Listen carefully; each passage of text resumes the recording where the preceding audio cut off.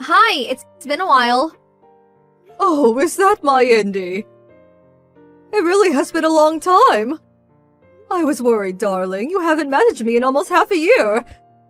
How are you? Are you eating properly? Is work going all right? Yeah, it's not too bad, I guess. I'm still only in my second year at the company, so there's always new stuff to remember. That's why I've been too busy to message you. Really? That sounds tough. Be careful you don't overwork yourself. I don't want you getting sick, sweetie. Are you okay for money? What about rice and vegetables? Do you have enough? I can send you some money or food parcels if you like. Just say the word and it's done. I can't afford to give you lots, but I'll send whatever I can. Nah, I'm fine. I have a job and make my own money now. Besides, I can buy my own rice and vegetables. You don't have to go out of your way to send me anything. I'm fine on my own. I don't really eat much of that sort of these things anyway. Oh, I see. Well, I'm really happy to hear you're doing well, honey. But if you ever do need anything, you will tell me, won't you? I'd really like it if you just showed your face at the house sometimes, too. Even if it's just for Christmas and birthdays. I miss you, you know?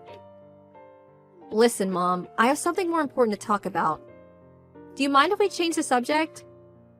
Of course. Look at me getting all overexcited not letting you get a word in edgeways. Of course, honey. Go ahead. What is it? Well, it's like this. I'm getting married. What? Married? Yeah, to my boyfriend. We met at a work party. That was a year ago, though. We've been dating ever since. I never told you about him. Wow, Indy! I can't believe it! I'm so happy for you. I can't tell you how much this means to me. I'll admit I'm a little surprised, but let me assure you, I'll be celebrating for you tonight with a glass of red. The wedding's planned for 6 months from now, but the thing is, I don't want you to come. What? My fiancé is the son of a very rich man who runs a major company. He's intelligent, has a great personality, is good at his job. He's just amazing. I couldn't ask for more. His parents, too. They're kind, always look smart and well-dressed, are stinking rich, and are just all-around wonderful people. I'd be so ashamed to admit to such a decent, respectable people that I was raised in a single-mother household. To tell you the truth, just the thought of them finding out makes me feel sick. That's why I told them I have no parents, and don't know a single one of my relatives. Indy, why are you saying these things? Why would you do that? Oh my god. I've always hated you. You're scruffy and unkempt. You have no fashion sense. You slave away at your minimum wage job to bring home what amounts to nothing more than pocket change. I hated that cheap, shabby old house we lived in, too. I could never bring friends over because I felt so embarrassed. I hated it all. What? I had to endure so much, and the moment I tried to complain, I was told that it just couldn't be helped because we were poor. My clothes and school supplies were always either secondhand or handouts from people in the neighborhood. Throughout my whole childhood, I don't remember ever being bought anything that was actually new. You never came to sports days or parent evenings because you always had to put so many hours in that crappy job of yours. I was so lonely. I felt absolutely pathetic. It's true, I was always busy with work, and you did have to endure things most other children didn't. Which meant I didn't always have the time to give you the attention you deserved, and I understand that must have made you feel very isolated and lonely. I accept everything you say. I'm so sorry, Indy, truly I am. But all of it, everything I did was so that one day I could afford to send you to a good college. I did it all with your future in mind. I did it because I wanted you to lead a happy, fulfilling life. I never asked you to do any of that for me. This is just patronizing. You put me through all that and then have the nerve to act like you were doing me a favor? Indy. I guess I am grateful that you sent me to a good college. It did mean I was deprived of a normal childhood, though. I'd either be stuck in my room studying or out working part-time while all my friends were out having fun and meeting people. Without going to college, I wouldn't have landed my current job or met my fiancé. I guess all things considered, on balance, I am willing to call it even. That means there's no ill will, but no positive sentiment either. A flat 0. I guess that makes us more or less strangers. I think it's time for me to cut you out of my life. Cut me out of your life? Why? I'm gonna be the wife of the CEO of a major company before long. That means I'm moving up in the world. You, on the other hand, are still broke, still working that crappy job, still in that decrepit old house. How can I let people know you're my mom? It's embarrassing. Me and you are a mismatch. Socially, financially, we just don't mesh. You get me? That's why I'm cutting you out of my life. Never attempt to contact me again. This is my chance to finally be happy and live the life I always dreamed of. Don't you dare get in my way. I see. If that's what you want, Indy, then there's nothing I can say. It's your life and you should live it as you see fit. But please, just remember that I'm about to tell you. Your mother will always love you, and I wish for you nothing but happiness. Who are you? I don't have a mom. Hey. How's it going?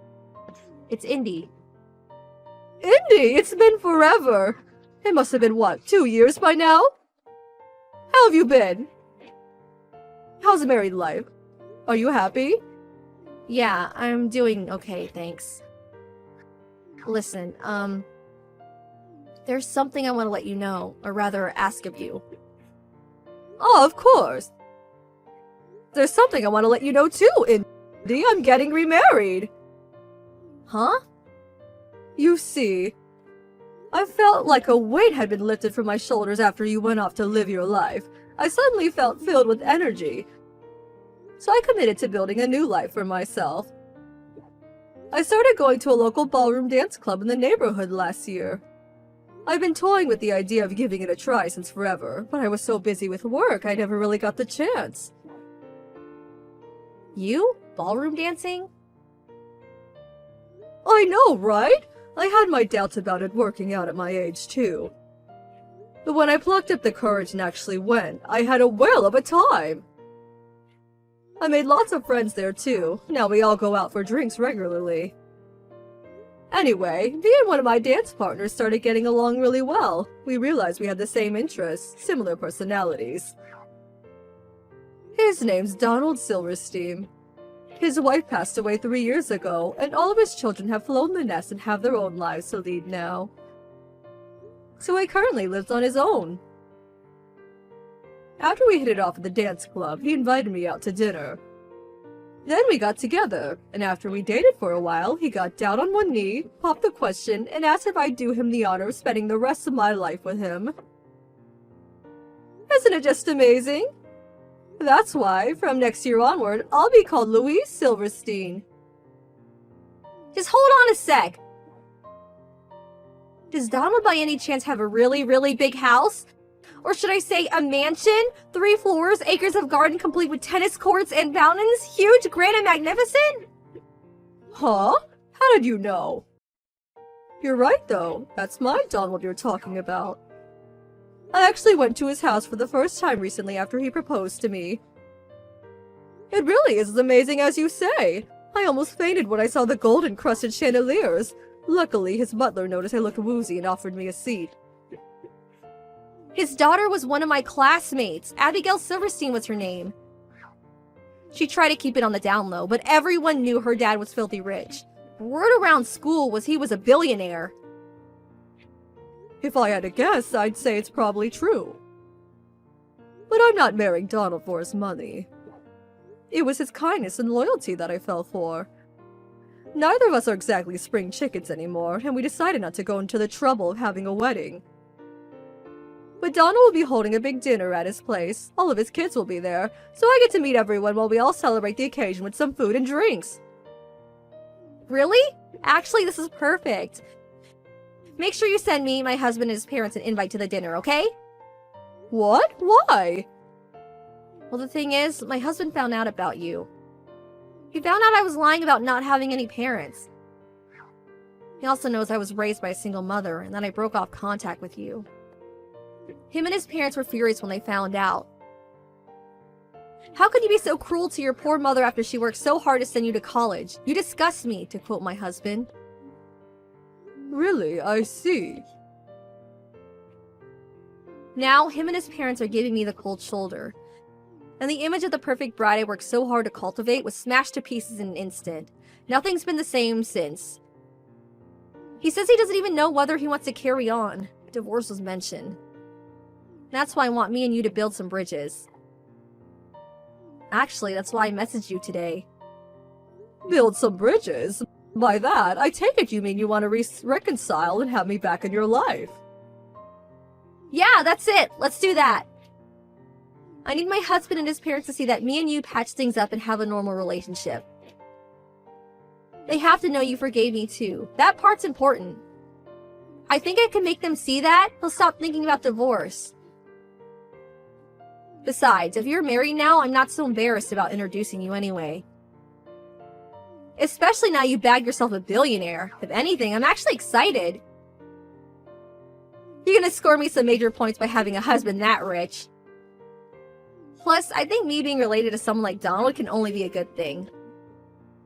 Now that I think about it, the merits are endless. So what do you think? You'll invite us, won't you? Pretty please, with a cherry on top? Think of it as helping your daughter out. Oh, Indy, you see, the thing is, you're not my problem anymore. Huh? What does that mean? It means no. Why should I let you use my wedding dinner to get you out of being divorced? Me and Donald aren't your own personal tools to be used and manipulated as you see fit. You're an adult now. You have a job, you're married. You're well past the age where I fix your problems for you. You got yourself into this mess, so how about you get yourself out of it? How about you get yourself out of it? You can't go relying on your mommy forever. No, wait, please. Why not? What do you mean, why not? Because you reap what you sow, Indy. Liars always get found out. I mean, seriously, what did you expect to happen when you told your husband and his family you were an orphan? This was inevitable.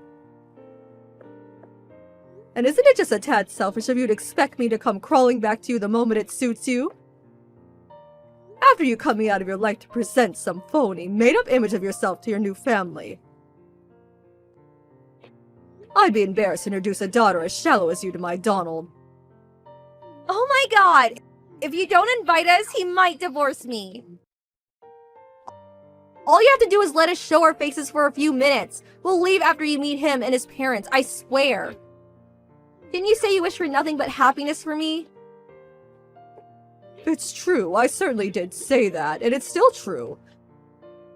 But it's ultimately just that, a wish. I never once said I'd have anything to do with you again. Happiness is something you have to obtain on your own. Oh my god, come on, I'm begging you here. Do you have any idea how much trouble I'll be in if he divorces me? How hard I worked to get to where I am today? I finally managed to marry into money after all these years. This can't be how it ends. It can't! Mom, please, I'm begging you. Who are you again? I'm terribly sorry, but I forgot. What are you talking about, Mom? We were talking normally until just now. Mom! Mom? Oh, that's strange. I don't have a daughter. She showed no sign of giving up, so I had no choice but to block her in the end. I sold the house to move in with Donald, and with that, the cutting of ties was complete. After that, I got a message from Indy's husband. It said, "Please forgive me and my family for our rudeness. We would have contacted you immediately had we known about you." I thought it was a nice apology. Indy's relationship fell apart over the whole lying about being an orphan thing. Eventually, just as she feared, her husband divorced her. He kicked her out in the streets, and she had no choice but to move into the cheap old apartment she stayed back in college. Her standard of living was suddenly in the gutter, and with her life crashing and burning before her eyes, she was forced into long hours of overtime to keep up with the rent and student loan repayments. I also apologized to her ex-husband for the stress and inconvenience my daughter had caused him and his family. Since then, I haven't had contact with Indy, or anyone involved with Later. A year later, me and Donald tied the knot. He and his kids are just darlings who are so very kind to me. I'm the happiest I've ever been in my life, and I'm filled with optimism for the future.